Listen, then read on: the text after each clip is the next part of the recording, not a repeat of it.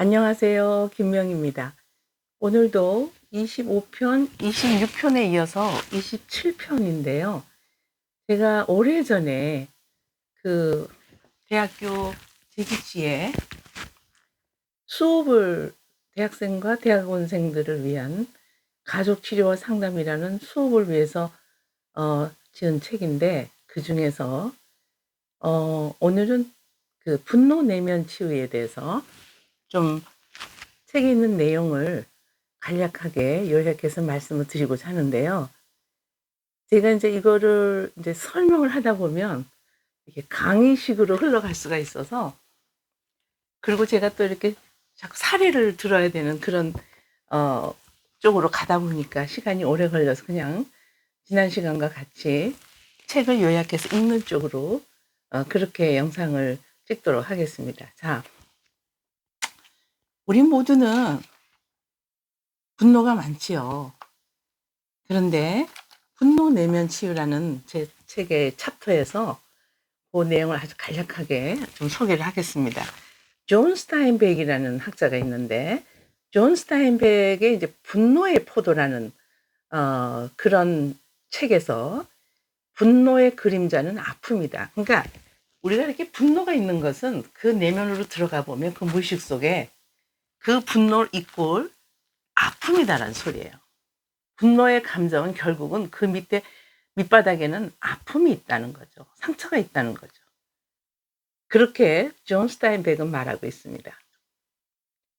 인간의 상한 감정은 상처, 그리고 한이라고 그러죠.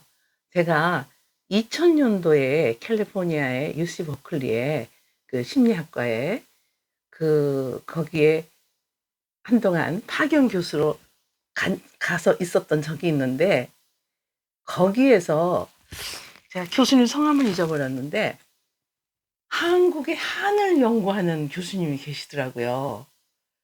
그래서 그때 그 교수님의 말씀은 세상 어디에도 없는 이 한이라는 정서가 한국에만 있다. 그래서 그것도 이제 결국은 분노거든요. 분노의 일종이거든요. 그래서 그 한을 연구한다. 그러니까 이제 심리학과 교수님이신데, 그런 교수님을 제가 만난 적이 있습니다.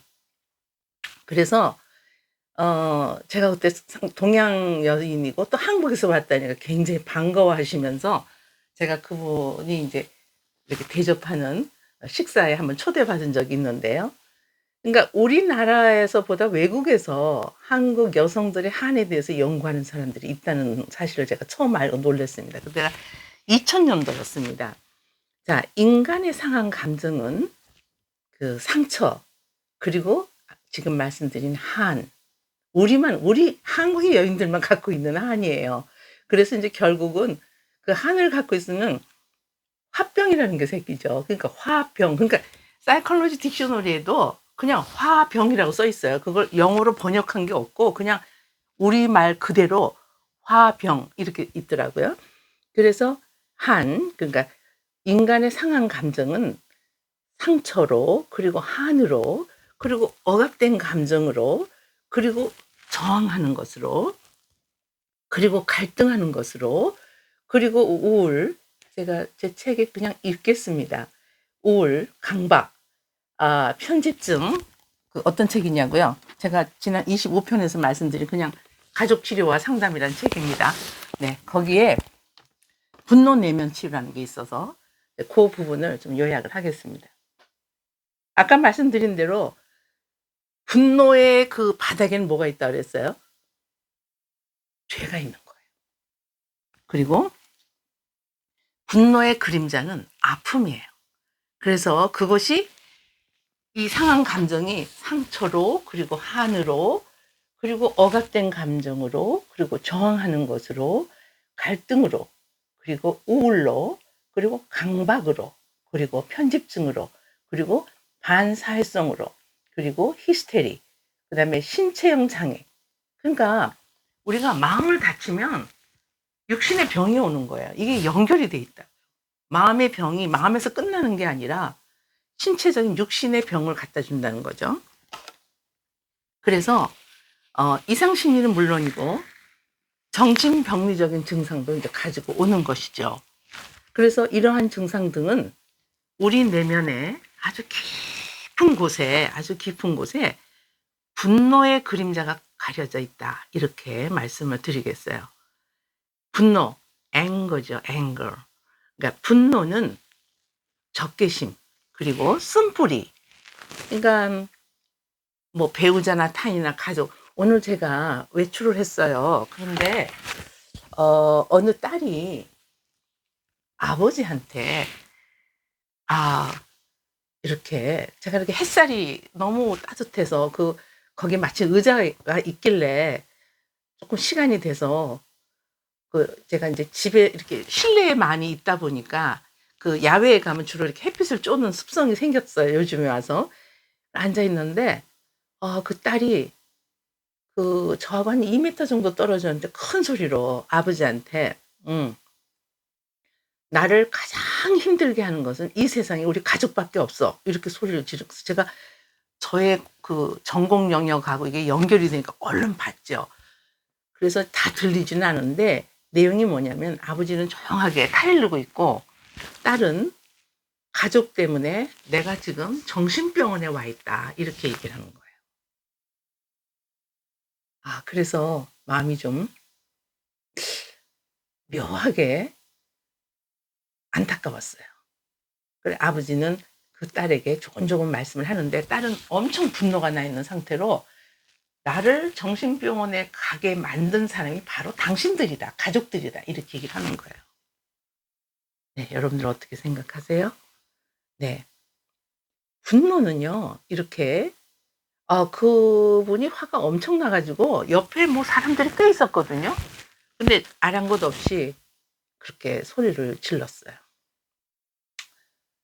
이 분노는 적개심과 그리고 이제 쓴뿌리, 그러니까 배우자나 가족이나 타인들에게 혹은 하나님께도 원망할 때가 있잖아요. 하나님 왜 하필이면 나에게 이럴 때가 있잖아요. 그래서 쓴뿌리 등 불공평하다는 깊은 느낌과 관련이 있는 거죠. 이 분노라는 것은.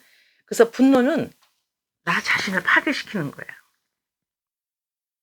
음. 나 자신을 파괴시키고. 그러니까 제가 전우원 씨 영상을 찍을 때도 전우원 씨가 영상에서 보여주는 제가 면대면으로 보지 않아도 거기서 보여지는 모든 것을 가지고 다 알 수가 있었듯이 엄청난 그때 분노를 이렇게 터뜨리는 광경을 보고 마음이 저도 많이 아팠습니다. 분노는 자신을 파괴시키는 거죠. 그래서 그분도 그때 자신을 엄청 파괴시키는 행동을 하셨잖아요. 분노는 자신을 파괴시키고 타인에게도 깊은 상처를 줄 수가 있다는 거죠. 이혼이나 인간관계에서 보면 한때는 상대방이나 배우자에 대한 사랑과 배려가 있었죠. 그리고 사랑의 그 자리에 트라우마가 생기는 거예요. 그러니까 기독교적으로 얘기하면 쓴뿌리가 생기는 거죠. 그 쓴뿌리가 자리를 잡고 심지어 적개심과 증오심이 생기는 거죠.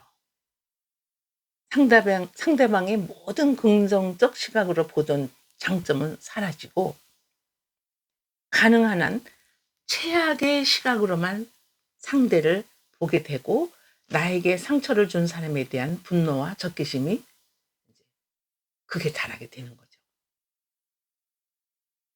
상처를 입은 배우자 그리고 상대는 뭐 부모도 마찬가지죠. 오늘 만났던 그 아가씨는 제가 보니까 한 20대 중반? 그런데 아버지한테 그렇게 정말 분노를 터뜨리는데 내가 왜 정신병원에 와야 되느냐. 이게 다 너희들이 나에게 저지른 짓이다. 이렇게 소리를 내길래 제가 굉장히 귀를 쫑긋하고 들었어요. 제가 하는 일이 그런 일이다 보니까 저 아가씨도 많이 아프구나 마음이. 그래서 들었는데 굉장히 안타까웠어요. 아버지 목소리는 안 들리더라고요. 하도 조그맣게 얘기를 해가지고 딸 목소리만 들었어요. 그러니까 자기를 찾지도 말고 자기를 보려고 하지도 말고 앞으로 남남으로 살자 뭐 이런 얘기였어요.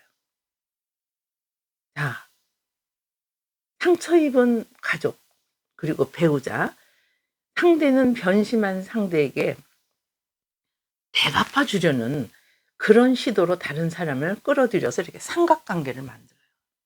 여러분들 절대 삼각관계에 개입하면 안 됩니다. 누가 그러시더라고요. 손절할 사람, 나하고 관심 영역이 다른 사람도 빨리 손절하는 게 좋다. 오늘 누가 그 말을 했냐면, 여러분들이 잘 아시는 그 정신과 의사 있잖아요. 이름 모르겠어요. 남자분인데. 오늘 우연히 보니까 그분이 손절해야 될 사람, 서로 관심이 다르면 손절해라. 그런 말씀을 하더라고요.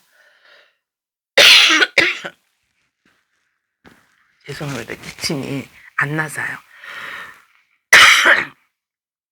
죄송하지만 물 좀 주세요. 저 밑에 사람이 있는데 못 들은 척 하는 것 같아요. 좀 물 좀 갖다 주세요. 네. 사람들은 분노를 경험할 때 이것을 부인하려고 하는 거죠. 심리적으로. 아니면 다른 방법이나 우회적으로 표현을 하는데, 그러니까 그 정신과 의사 얘기가 정말 손절해야 될 사람 중에서 나를 가스라이팅 하는 사람, 그리고 관심 영역이 달라서 만나면 피곤한 사람은 빨리 손절해라. 그렇게 얘기를 하시더라고요. 여러분들 주변에 그런 사람이 있나요? 이렇게 친밀하게 지내고 싶어도 소통이 안 돼. 왜? 관심 영역이 달라서. 그리고 때로는 내 영혼이 피곤해. 예, 그럴 때가 있어요. 그러니까 뭐 이런 거 있잖아요. 하나님을 만나서 회개한 자가 세상 친구를 만났을 때 굉장히 피곤해요. 이게 소통이 안 되니까. 무슨 말인지 아시겠죠? 그렇다고 손절할 수는 없죠. 그들을 위해서 우리가 기도해 주는 게 우리 할 일이니까. 정신과에서는 손절하라고 하는데 저는 그런 건 아니에요. 자, 사람들은 분노를 경험할 때 이것을 부인하거나, 물을 빨리 안 갖다 주네. 다른 방법이나 우회적으로 표현하는 방법을 주로 사용하는데, 분노를 억압하고 부인하는 방법이 가져오는 다양한 그 피해가 있어요. 이미 이거에 대해서 임상적으로 많이 연구들이 제시되어 왔는데요. 부인하는 건 denial죠. denial. 부인은 대처할 감정적 힘이 모이는 동안 현실을 희석시키는 보호기제다. 조금 학문적이어서 복잡하죠. 어렵죠. 그러니까 우리가 어떤 감정이 일어날 때 그 감정을 직선적으로 표현 안 하고 이렇게 우회적으로 다른 방식으로, 그런 거 있잖아요. 화가 나면 엄마들이 설거지할 때 그릇을 텅텅텅텅 한다거나, 다른 데서 왜 이런 말이 있잖아요. 너는 왜 동대문에서 뺨 맞고 서대문에 와서 화를 내냐? 뭐 이런 우리 속담도 있지 않습니까? 그런 것처럼, 네, 물이 왔습니다. 네, 물 여기 주세요. 아, 감사합니다. 네, 죄송합니다. 목이 말라서. 네, 고맙습니다. 그래서 사람들은 이 분노를 경험할 때 이것을 표현하지 않고 애매한 사람한테 하는 거죠. 물건에다 하기도 하고, 뭐 애완동물 있으면 애완동물한테 하기도 하고, 뭐 그런 얘기예요. 자, 그래서 분노를 표현하는 것과 관련해서 적절한 분노 표현, 지나친 분노 표현을 잘못된 대상에게 이걸 표현하는 거는 하지 말아라, 그 소리예요. 그러니까 내가 지금 많이 화가 났어. 바깥에 일로, 직장에서. 근데 집에 와서 가족한테 막 화를 내. 그건 옳지 않다, 그 소리예요. 그러니까 화를 낼 대상에게 하라는 거야. 화를 낼 대상한테. 근데 그게 구분이 되시나요, 여러분들? 전 되거든요. 저는 화를 낼 대상한테 화를 냈다가 그 아닌 사람한테 너무나 부드럽고 온유하게 말이 나와요. 예를 들어서 뭐가 어쩌고저쩌고 하다가 옆에 다른 사람, 아, 네, 그러세요. 아, 제가 지금 좀 화가 나서 제가 뭐 이렇게 얘기할 수 있단 말이에요. 그러니까 아무 대상에게나 하지 말라는 소리예요, 결론은. 지나친 분노 표현, 잘못된 대상에게 분노 표현하는 것은 옳지 않다, 이 얘기입니다. 네. 분노는 거짓자 또는 다른 인격, 또 다른 분노 생활 습관. 글쎄 이게 그 대학에서 교재로 쓰던 책이라 책을 그대로 읽기에는 여러분들이 좀 피곤할 것 같아요. 잘 이해가 안 되는 부분 제가 인제 쪼끔 쉽게 설명하면서 하도록 하겠습니다. 그러니깐 분노는 우리의 삶 전체를 변화시키는데 누구에게나 있는 그 아주 자연스러운 그 감정이라는 거예요. 근데 그 분노 밑에 뭐가 있다 그랬어요. 존 스타인백이 말한 것뿐만이 아니라 그냥 이 분노의 그림자는 아픔이라는 거예요. 아프니까 화를 내는 거예요. "너 왜 나름대로 그렇게 자꾸 화를 내니?" 그게 아니라 "너 지금 아프구나. 마음이 아프구나. 지금 화가 나는 거냐? 아파서 그런 거예요." 자기 기대에 맞지 않거나 또 자기 기대에 맞지 않는 엉뚱한 어떤 말을 상대가 했다거나 아니면 무엇을 기대했는데 그 사람이 전혀 그 기대를 이해하지 못한다거나 그래 갖고 엉뚱한 짓을 한다거나 그러면 여러분들 화가 나잖아요. 자, 이런 일이 빈번하게 일어나는 사람, 이게 만나기만 하면 나를 화나게 하는 사람 있나요, 여러분들? 네.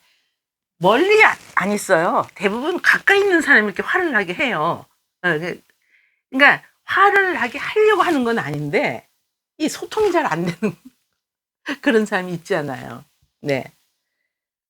분노는 매일 삶 속에서 우리가 볼 수 있는 정신 이상의 한 종류라고 말하고 있어요. 그게 일단은 그러니까 셀프 컨트롤이 안 되는 거죠, 그게. 분노를 적절히 자제하고 통제하고 제가 어느 스님께서 제가 이 운동하러 가거나 그러면 스님을 만나요. 여자 스님인데 머리를 빡빡 깎으시고 표정이 온유하셔서 그냥 스님 같아서 "안녕하세요 스님." 그랬더니 스님이 그다음부터 저를 보면 너무 반가워하시는 거예요. 그래서 제가 가끔 뭐 궁금한 게 있으면 물어요. 제가 기독교인이란 말 안 하고. 그러면 정말 너무 지혜로운 말씀을 해 주시는 거예요. 그래서 그러면서 제가 이제 몇 가지 물은 것 중에 지금 이 분노하고 관련되는, 그래서 제가 이 분노를 불교에서는 어떻게 어떤 관점으로 보나 그게 궁금해서 그걸 여쭈었더니 너무나 친절하게 말씀을 해 주시는 거예요. 그러면서 "불교에서는 분노 화가 날 때 어떻게 가르치시나요?" 그랬더니 스님께서는 인제 수행자시니까 그러니까 수행하시는 분들은 그러니까 바라본다 그러시더라고요. 그러니까 분노가 내 것이 아니라 내가 어떤 또 다른 하나의, 글쎄 제가 제대로 이해를 했는지 모르겠는데 객관적으로 그냥 명희, 제가 명희잖아요. '명희가 지금 화가 났구나.' 그러니까 바라본다는 거예요. 그러니까 내가 화를 내는 게 아니라 '네가 화가 났구나.' 그러고 본대요. 그래서 "스님 그게 되나요? 내가 화가 났구나." 근데 그 말뜻을 제가 이해할 것 같더라고요. 음. 그러니까 자기 자신을 성찰한다는 거죠. '아 내가 지금 화가 났구나.' 근데 보통 여러분들 어때요? 화나는데 자기 자신을 성찰할 그런 틈이 있어요? 없죠. 그래서 제가 인제 그분을 보면 뭐 이렇게 절은 안 하지만 그냥 이렇게 "안녕하세요 스님." 그러고 인사를 하면 이제 그분은 아 "불자와 관련이 인연이 많으신 분입니다." 이러시더라고요 저한테. 그래서 제가 저 크리스찬이에요." 그러면 아직 못 했어요. 근데 가끔 뵙거든요 그분을. 네. 그래서 어제도 뵀어요. 어제도 그래서 아무도 인사를 안 했는데 저 혼자 큰 소리로 "스님 안녕하세요." 그랬더니 저를 이렇게 가서 쳐다보시더라고요. 아주 애정 어린 눈빛으로.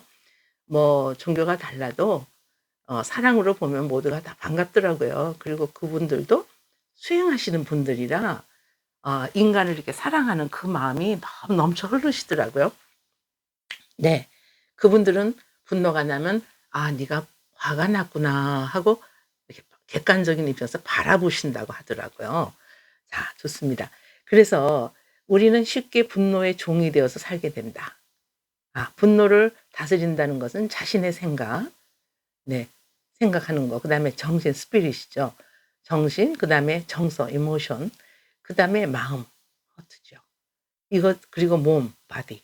이것을 다스린다는 말로도 표현할 수 있다. 그러니까 그 스님이 말씀하신 게 이런 맥락에서 말씀하신 것 같아요. 자기 분노를 네가 명의가 지금 화가 났구나. 그리고 이제 바라본다고 말씀을 하셨는데 제가 다음에 또 만나면 조금 더 깊이 있게 말씀 더 여쭤봐야겠어요. 엄밀히 말하면 기독교적 관점에서는 분노는 죄성에서 오는 것이다. 이렇게 보고 있거든요.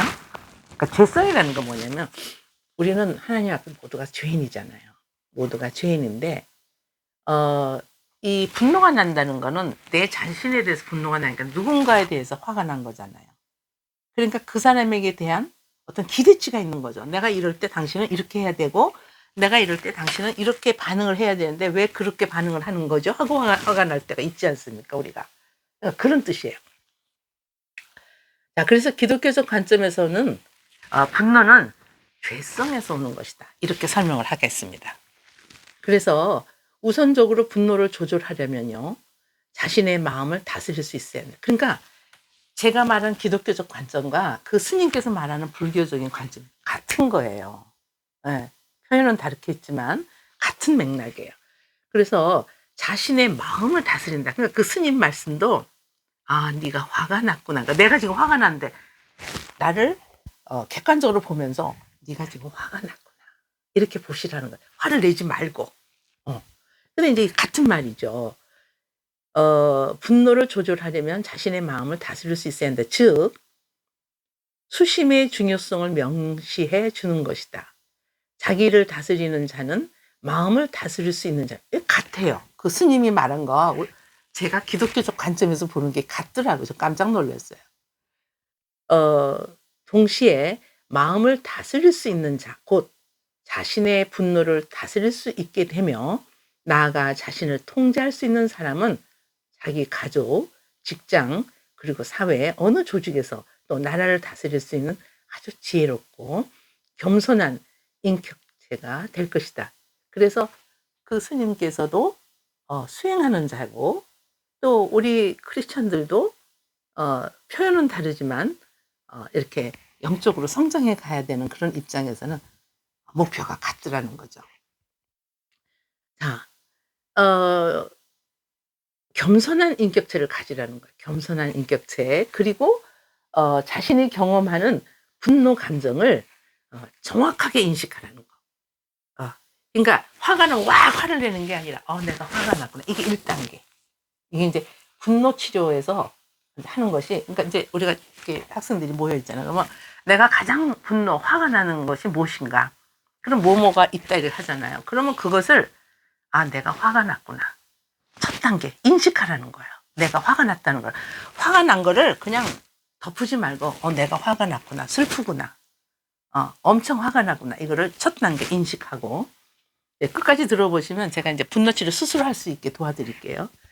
그 다음에 겸손하게 자신이 경험하는 분노 감정을 정확하게 인식을 하는 게 첫 단계고 이것을 적절하게 바람직한 방향으로 표현하는 것이 필요하고 이것은 건강한 반응이라는 것을 알아야 된다. 그러니까 화가 나는 게 나쁜 게 아니라 나에게 내가 건강한 반응을 하고 있다는 거죠. 성경에 보면 예수님도 성전에서 장사하는 사람들한테 어떻게 하셨어요? 막 다 갖다 부시고 화내신 것처럼 이 분노의 감정은 그냥 자연스러운 것이다. 그런 얘기예요. 그리고 건강. 근데 이 분노를 함부로 하면 안 된다는 이제 그 얘기를 할 거예요. 근데 남성들은 대체로 분노를 유발할 때 여성에 비해서 그들의 감정을 다스리고 통제하지 못하는 경향이 여자보다 더 강하다는 거고 분노 이면에 있는 상처. 그러니까 분노가 일어날 때 그 이면에는 아까 뭐라 그랬어요? 아픔, 상처. 그러니까 누군가가 나의 상처를 건드리면 화가 나. 아킬레스를 딱 건드리면 별것도 아닌데 먹는 거에 진심인 사람들한테 먹는 걸 가지고 잔소리하거나 그만 먹어 하면 그냥 화가 나잖아요. 뭐 엄청난 화를 내잖아요. 상대는 그만 먹어 너 살쪄 이렇게 했는데 막 그걸 가지고 막 화를 낸단 말이에요. 먹는 거에 진심인 사람들은. 예. 자, 그래서 남성들은 대체로 분노를 유발할 때 여성에 비해서 어떻다고요? 상당히 공격적이다. 이렇게 분노 이면에 있는 상처와 적개심 그리고 마음을 없애는데 한계가 있고 그 인간관계의 갈등과 상처로 고통받는 사람들의 보다 큰 보다 이렇게 큰 근원적인 치유와 내적 성장을 위해서 분노 치유가 절실히 요구된다. 그래서 저희가 수업 시간에도 이렇게 치유를 직접 체험을 해야 되기 때문에 자신들의 이야기를 하기도 하고, 내가 가장 화날 때가 어느 때고, 누구를 봤을 때 가장 화가 나고, 그럼 그게 뭐냐면요, 자기 기대치에 맞지 않는 행동과 말을 하니까 화가 난다는 거죠, 학생들 얘기는. 맞습니다. 맞습니다. 그런데 성경에서 뭐라고 하고 있냐면은, 그 분노는 나의 죄성에서 오는 거라고 했으니까, 그게 뭐냐면 그를 있는 그대로 수용하고 사랑해야 되는데, 내 중심에서 그 사람을 판단하니까 분노가 난다, 이제 이렇게 보는 거죠. 그러니까 분노는 성경적으로 말하면 우리의 죄성에서 나오는 것이다. 그리고 이제 심리학적으로 접근을 하면, 혹은 상담학적으로 접근을 하면, 분노는 나의 내면에 깊이 자리하고 있는 상처의 아픔이다, 이렇게 얘기를 하고 있는 거죠. 네, 이거 이제 그리고 이제 남자들은 이게 폭력으로 나가기 때문에, 가정의 폭력과 요즘은 여자들도 폭력 많잖아요. 가정의 폭력과 다양한 학대로 인해서 편부, 편모, 가정의 수가 급증하고 있고, 이 가정 폭력의 잔재로 인해서 청소년 비행과 학교 폭력이 더 많아지고 급증되는. 그래서 이제 이혼율도 높아지고, 또 이혼을 하니까 재혼율도 높아지고 그런 거죠. 부모의 역할을 감당하지 못하는 것이 현실입니다. 네. 자녀들이 슬픔과 분노를 표현할 때 부모는 시간적 여유를 갖고 경청해야 되는데, 이 경청이 잘 안 되는 거예요. 왜?